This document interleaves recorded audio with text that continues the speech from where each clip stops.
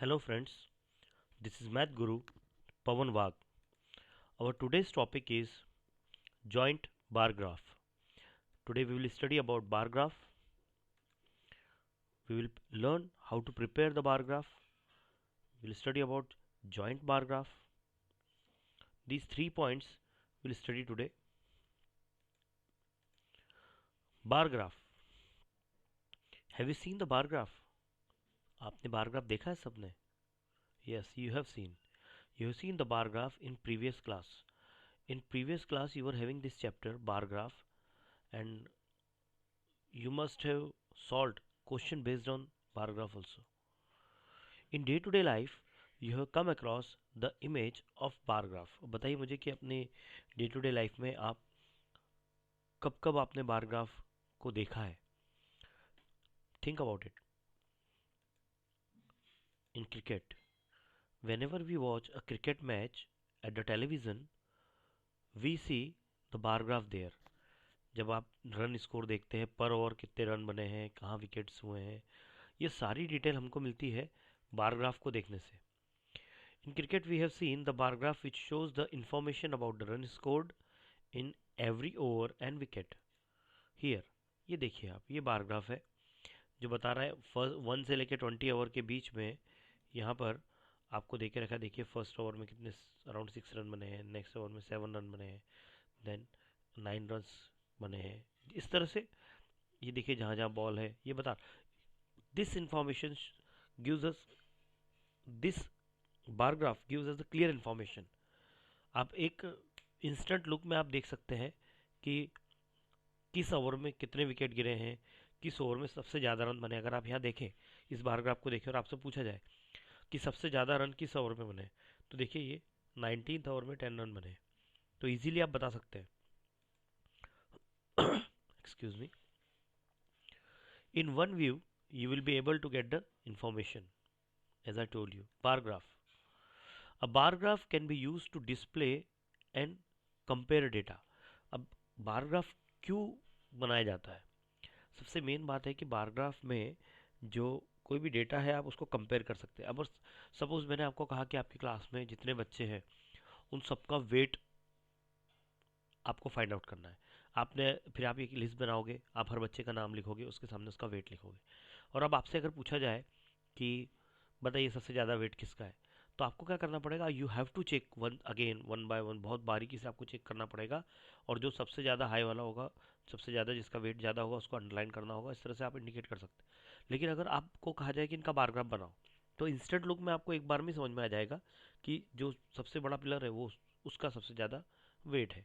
तो बारग्राफ का ये फ़ायदा होता है कि आप इजीली आप देख एक देखने के बिल्कुल बाद में आप बता सकते हैं कि किसके पोजीशन क्या है, किसका वेट ज़्यादा है, किसका वेट कम है, किस ओवर में ज़्यादा रन बने, किस ओवर में कम रन बने. The scale should indicate all the data value and be easily divided into equal interval. जो स्केल होता है उसको इक्वल इंटरवल में डिवाइड किया हुआ होता है. Choose a scale and interval for the vertical axis on the graph. जो वर्टिकल एक्सिस होती है, जो जिसको हम वाई एक्सिस कहते हैं, और एक हॉरिजॉन्टल एक्सिस होती है जिसको एक्स एक्सिस कहते हैं. तो वाई एक्सिस के लिए आपको स्केल चूज करना होता है और एक्स एक्सिस पर आप अलग अलग इन्फॉर्मेशन मेंशन कर सकते हैं. A bar graph can be drawn on the given information. जैसे अभी यहाँ इन्फॉर्मेशन देके रखी है कि एक अलग अलग सब्जेक्ट्स में मार्क्स देके रखे हैं. इंग्लिश में इतने हैं, मैथ्स में इतने हैं, साइंस में इतने हैं. तो आप क्या करोगे? सबसे पहले आप एक्स एक्सिस ड्रॉ करोगे. इस तरह से आप ग्राफ ड्रॉ करोगे. ये जो लाइन है ये एक्स एक्सिस इंडिकेट करती है. और ये एक्स एक्सिस पे है क्या? ये हॉरिजॉन्टल लाइन देखिए नीचे, ये एक्स एक्सिस है. ओके. और यहाँ अलग अलग सब्जेक्ट देके रखे हैं, English, maths, science, Hindi, Marathi. और जो वाई एक्सिस है, वर्टिकल लाइन, इसमें देखिए 1 सेंटीमीटर इज टू 20 स्टूडेंट लिख के रखा है. 20, 40. देखिए इंग्लिश में कितने मार्क्स थे? इंग्लिश में 40 थे तो इंग्लिश को 40 तक बढ़ा दिया. मैथ्स में कितने थे? 60, तो मैथ्स को 60 तक बढ़ा दिया. साइंस में कितने हैं? 100, तो साइंस का ये जो पिलर है ये 100 तक बनाया. इस तरह से आप बार ग्राफ बना सकते हैं, ड्रॉ कर सकते हैं. It's a very easy thing. To draw a bar graph, two lines are drawn on the graph paper which are perpendicular to each other. सबसे पहले दो लाइन ड्रॉ की जाती है. हॉरिजॉन्टल लाइन को हम एक्स एक्सिस कहते हैं, वर्टिकल लाइन को हम वाई एक्सिस कहते हैं. And the point of the intersection of X and Y is called origin. और दोनों के दोनों एक दूसरे से राइट एंगल बनाती है। अभी देखिए यहाँ पर इस ग्राफ को देखने के बाद हम फिर से इन पूरे पॉइंट्स को डिस्कस करें। The horizontal line is called x axis. देखिए ये जो हॉरिजॉन्टल लाइन है ये क्या है, ये एक्स एक्सिस है। And vertical line is Y axis, ये देखिए वाई एक्सिस है, this is Y axis. Okay, the point of the intersection of X and Y axis is called origin. ये जो है ओ, ये ओरिजिन है। ओके, जहाँ पर एक दूसरे को इंटरसेक्ट कर रहे हैं। X and Y form an angle of 90 degree, ये एक दूसरे को परपेंडिकुलर है, तो यहाँ ये जो एंगल है ये 90 डिग्री होने वाला है। Then according to the given information you can draw such type of graph. आपको जो भी इंफॉर्मेशन दी आप ग्राफ बना, सबसे पहले आपको एक्स एक्सिस बनाना है, फिर आपको वाई एक्सिस बनाना है, फिर आपको स्केल डिसाइड करना है वाई एक्सिस के लिए। और एक्स एक्सिस पर आप जैसे यहाँ मंडे ट्यूसडे लिखा है, लास्ट वाले ग्राफ में हमने देखा था सब्जेक्ट लिखे थे, है ना, तो उस तरह से हम यहाँ इंडिकेट कर सकते हैं।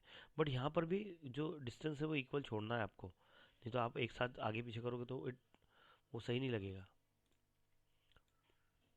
देखिए यहाँ पर दो तरह के बार ग्राफ दे के रखे हैं। ये फ्लावर्स का दे के रखा है, काइंड्स ऑफ फ्लावर्स, कितने कितने फ्लावर्स हैं। यहाँ वही जो मैंने अभी सब्जेक्ट्स के बारे में देखे रखे हैं, मार्क्स कितने मिले हैं। ओके, वाई एक्सिस 1 मार्क, इस तरह से आपको स्केल डिसाइड करना पड़ेगा। On Y axis 1 centimetre is equal to 10 marks. देखिए, draw the bar graph on the given information. अभी देखिए आपको ये इन्फॉर्मेशन देके रखिए कि इन जंगल मैंगो ट्री जितने हैं 45, नीम ट्री 40 है, बनियान ट्री 30 है और बबूल ट्री 55 है। तो सबसे पहले हम एक्स एक्सिस ड्रॉ करेंगे, फिर वाई एक्सिस ड्रॉ करेंगे, और एक्स वाई एक्सिस जहाँ पर एक दूसरे को इंटरसेक्ट करती है ओरिजिन हो, उसके बाद हम इसको इक्वल पार्ट्स में डिवाइड करें एक्स और वाई एक्सिस को। उसके बाद हम वाई एक्सिस का स्केल डिसाइड करेंगे, 1 सेंटीमीटर इज इक्वल्स टू 10। तो यहाँ हम यहाँ पर मार्किंग करेंगे 10, 20, 30, 40, 50, 60। और उसके बाद में हम यहाँ देखिए मैंगो ट्री है, तो यहाँ मैंगो ट्री 1 सेंटीमीटर, यहाँ मैंगो ट्री लेंगे, फिर एक छोड़ के neem tree, banyan tree, babul tree. Mango tree 45 है, 45 मतलब ये 40 और 50 के बीच में यहाँ पर कहीं तक आएगा, ये देखिए यहाँ तक आया। फिर है नीम ट्री 40, ये नीम ट्री पे हम जाते हैं, ये 40 यहाँ तक आएगा, ठीक है। फिर बनियान ट्री 30, तो 30 यहाँ तक आएगा।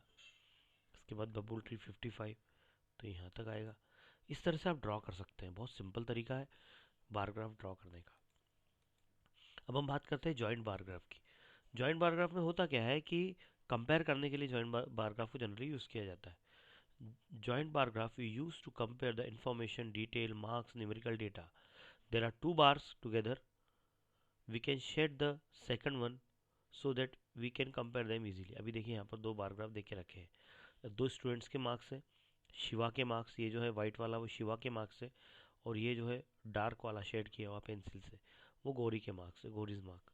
अब देखिए अगर आपसे क्वेश्चन पूछा जाए कि मैथ्स में किसे ज़्यादा मार्क हैं, तो Shiva got more marks in mathematics and Gauri got more marks in science, कितने मिले हैं, तो वो भी आप चेक कर सकते हैं। It's a very simple way to compare किस सब्जेक्ट में ज़्यादा है, किस सब्जेक्ट में दोनों को इक्वल मार्क्स है, सोशल साइंस में दोनों को इक्वल मार्क्स है। इस तरह से होता है कि आपको जो भी क्वेश्चन पूछा जाए आप क्विकली इसका आंसर दे सकते हैं।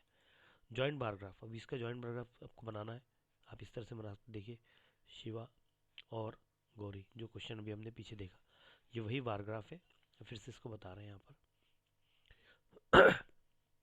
Excuse me. Study the joint bar graph and answer the question below. In the joint bar graph below, Govinda's first term and second term marks in some subjects are given. Govinda एक student है, उसके marks देके रखे हैं और उस marks के अलग अलग सब्जेक्ट पे इसके मार्क्स देके रखे हैं, लेकिन वो बार ग्राफ में डिस्प्ले करके रखे हैं। देखिए फर्स्ट टर्म के मार्क्स ये है वाइट वाले और सेकंड टर्म के डार्क करे हुए हैं, और सब्जेक्ट अलग अलग मराठी हिंदी। अभी यह क्वेश्चन है, right Govindas mark in the Marathi in 2 terms. Marathi in 2 terms, Marathi कहाँ पर है, ये देखिए फर्स्ट टर्म में मराठी में 65 थे, सेकंड में 70 है। In first term 65, in second term 70। In which subject his marks fall in the second term. अभी किस सब्जेक्ट में उसके मार्क्स सेकंड टर्म में कम हुए, तो बताइए। देखिए ये तो पहला से बढ़ रहा है, तो ये बड़ा है, ये कम हुआ है, देखिए यहाँ बढ़ रहा है, ये बढ़ रहा है, ये कम हुआ। तो दो सब्जेक्ट में मार्क कम हुए हैं, एक हिंदी में सेकंड टर्म में है, देखिए पहले 60 था अभी 55 पे आया है, और साइंस में पहले 80 था 70 पे आया है, Hindi and science. How much mark increase in maths in second exam? Mathematics, देखिए मैथ्स ही है, पहले 80 थे, बाद में 20 की लाइन में, मतलब ये 85 पर है, तो 5 मार्क्स बढ़े। I hope you enjoyed this video. Thank you for watching this video. Thank you very much. Watch our other videos also.